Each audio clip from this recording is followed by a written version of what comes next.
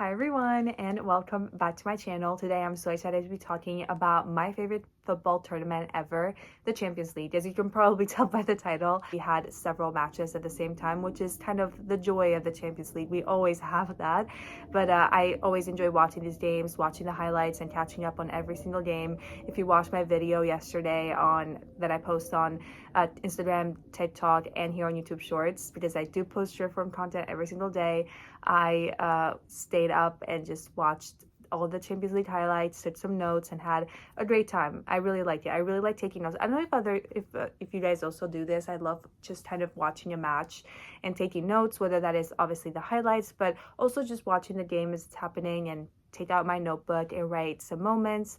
I just really like doing that. I don't know why. Maybe it's just me. Let me know if you also do that. Today we're going to be talking about some matches that I really enjoyed watching in the Champions League, some matches that I have some comments on and I thought would be fun to talk about on here. But if I miss any, just let me know which ones you watched, which ones you were looking forward to see, and what your thoughts were about them in the comments. I would love to hear all of your thoughts, so let me know. The first match I want to talk about is, of course, the one between Slavia Praha and FC Barcelona. As many of you guys may know, if you've been following me for a little bit, I'm a big fan of FC Barcelona, and I've shared this story that it is how I became a fan of the sport is through becoming a Barcelona fan.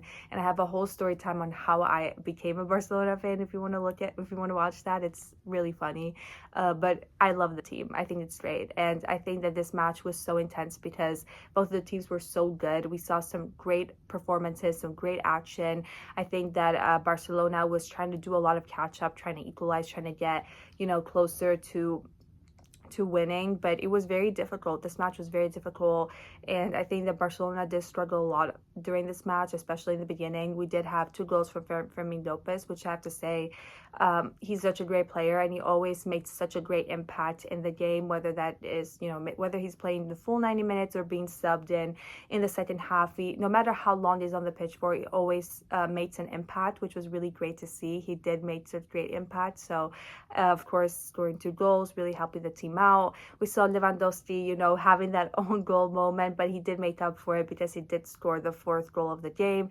It was a really high scoring game. 2-4 is a big score, especially in the Champions League, and I think it just came to show how exciting this match was. So if you haven't seen this, I highly recommend watching the extended highlights because it was so interesting. It was filled with so many moments, and it was a really great game. Now let's talk about Juventus and Benfica. I think that Juventus has been doing really great this season, and I always have said this, that I think they're going to win Serie A this season.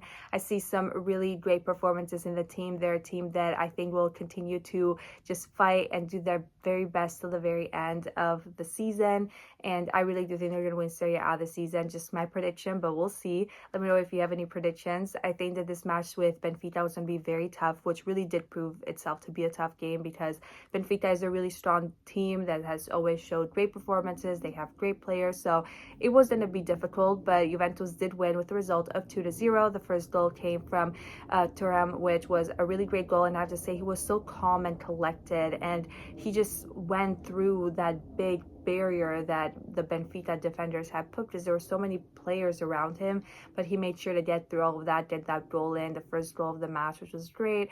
And then we had McKennie score the second goal of the game, which of course when you have an extended lead is always better. He scored around like the 65th minute, so there was still a lot of time for Benfica to potentially equalize or Juventus to further extend that lead.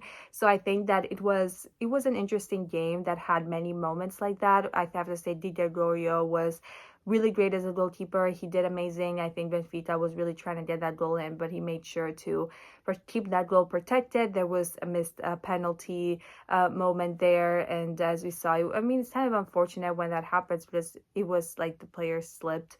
It happens. It is out what it is. The pressure of the Champions League, just everything happening. But at the end, Juventus did win with the final result of 2-0.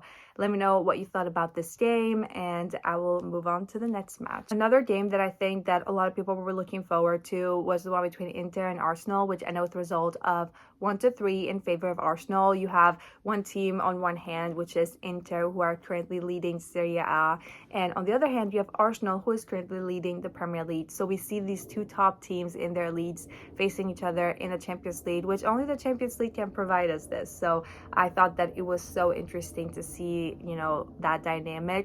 It was a tough game, and I have to say that both teams were just really going for it. Arsenal did end up winning because they won with the result of 3-1, but it was one of those games that I think you just have to watch. You really have to watch it because it was quite interesting, and I highly recommend watching the extended highlights because there was definitely a lot of goals, a lot of different moments, but it was a great game overall, I have to say. Of course, with the Champions League, there's obviously news. I think we probably saw how Manchester City, you know, didn't have the best performance in the Champions League, and there's a couple of players that are going to work to refund all the fans who traveled to Norway to watch them play.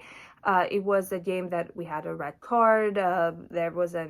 Obviously the result wasn't favorable for Man City, and some of the players have taken it upon themselves to refund the fans and apologize in a way for their performance. I thought it was interesting because it's one of those things that, you know, like you go to a game, win or lose, that's what happens. But I personally, like, as a fan, I wouldn't request a refund on a game because when you go to a game, you're not, you know, it's not guaranteed they're gonna win or not. You can be the best in the league and you don't always win. So I thought that was kind of interesting, but let me know what you guys thought about that. This was all for this video. It was so fun to talk about some of the matches of the Champions League, and I highly recommend going back to watch all the highlights because there's a lot of matches and they all don't disappoint. They're all filled with incredible action and performances. So let me know what you thought about this Champions League, these 2 days that we had, and what are some of your predictions. I would love to hear all your thoughts in the comments. Thank you again so much for watching and for all of your support, and I will see you all in my next video. Bye.